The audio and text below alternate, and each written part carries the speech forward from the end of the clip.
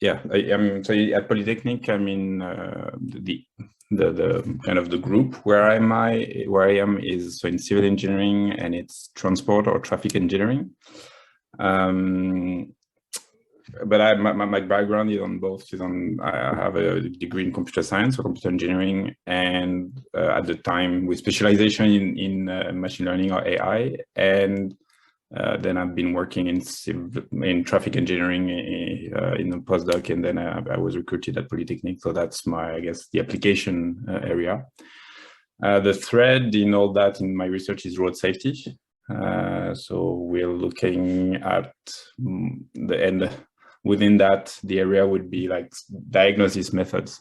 So I've worked on actually from the PhD on methods to diagnose road safety that are based on traffic observations. Not the typical approach would be to have databases of crashes and then analyze those databases. But then what we're doing is we're looking at actual traffic movements, cars, and what we call conflicts, situations that are close to an accident but are not an accident. And we're using various AI, computer vision, data analytics method to using principally video cameras to extract movements and then indicators related to safety. So that's what we're trying to do.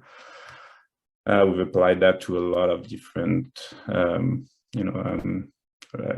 roadway types of roads, of roadway treatments. We call our facilities, in particular for cycling, pedestrians, but also on highways, roundabouts, lots of different. Recently, which also comes back to AI, automated shuttles, driverless vehicles, but the one that are actually tested on the roads. So the automated, the small shuttles that were tried in Montreal in 2019.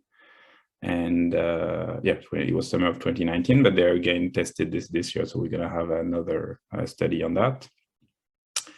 So that's the main thread. But then around that, I'm doing lots of just data analysis, databases, data sets, algorithm development.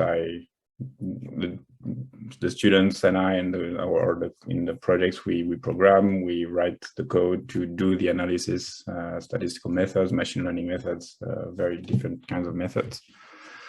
I think that's the main, So methods, mostly methods, but applied to transportation, and with the main theme of road safety, but also any kind of transportation data. Yeah, I don't have like a well-formed answer to that. I think one of the I haven't looked again, but there are two things. I think, like that's the common theme to everyone interested in AI and potential negative effects. There is the first one is the easiest one, which is not directly related to AI, but is related to data in general, is privacy and data confidentiality. Because there is now a lot of data, especially related to people carrying smartphones and other type of devices that, we willingly or not we share data from them without necessarily always understanding what kind of data we're sharing and how it's going to be used. But also as researchers, we want that data for what we think are good reasons. So there's kind of this, I would kind of not say competition, but a kind of parallel between, on the one hand, the private sector doing that to gain for its own purpose or gains without necessarily caring about privacy issues, and researchers want it for what we think are good reasons to help society. And so there's this tension, and this tension also sometimes it's harder to actually do a research project which has all those what we think are positive goals, whereas we think of all the big internet tech companies who have access to a lot more and are very likely regulated. So there's that. We face that with video cameras, for example, that we put in the streets. We have to have ethics committee approval, but there's very little that is actually dangerous with that, so it's a bit of a hassle.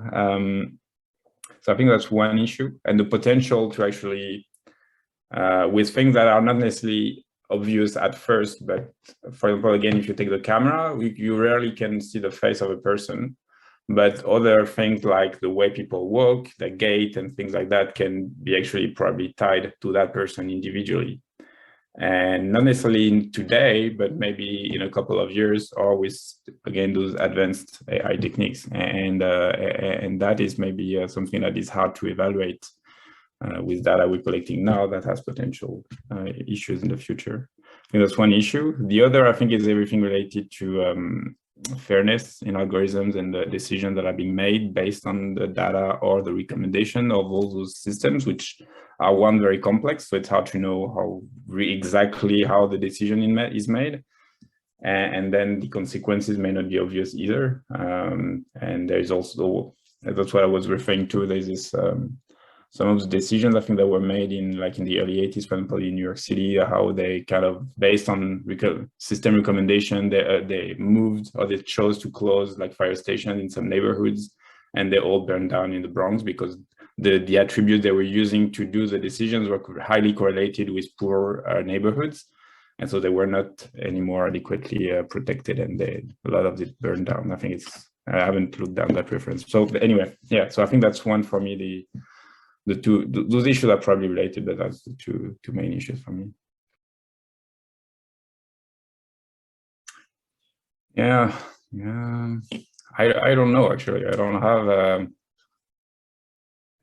I mean, there's a big one, but it's, I think, much further from, say, my personal research. And I mean, it's kind of, if you know the Terminator movies, but it's the Skynet question, or whatever, when AI or robots become, very clever, very intelligent, and maybe more intelligent than us, what's going to happen. It's related to the use, of course, of AI in obvious cases like the military applications and others. I think it's, again, far from where we are. I think something related, but not especially that, something that actually is probably much more relevant to tech rehab. And I think from what from further I know from your research is that the gray zone between understanding how to, I don't know, it's exactly everything you're working on, it's kind of convince, understanding the reaction of people to, for example, I don't know, like awareness campaigns and everything, and the gray zone towards manipulation and propaganda. And, and I think there is something that has to be, and I'm really not a specialist, but I think there's also, I mean, everyone wants to, it's in our area in transportation, I think we want to push things, give us more ways to be more efficient in doing that, in changing people's minds or behavior. We have to be careful in how we use or develop these techniques.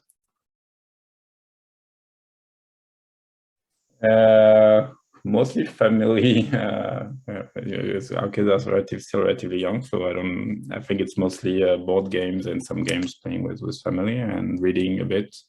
Trying to do, I'm a cyclist, not a sport, but just to move around. So I think cycling is also another one, and just hiking or walking in cities outdoors, and hiking in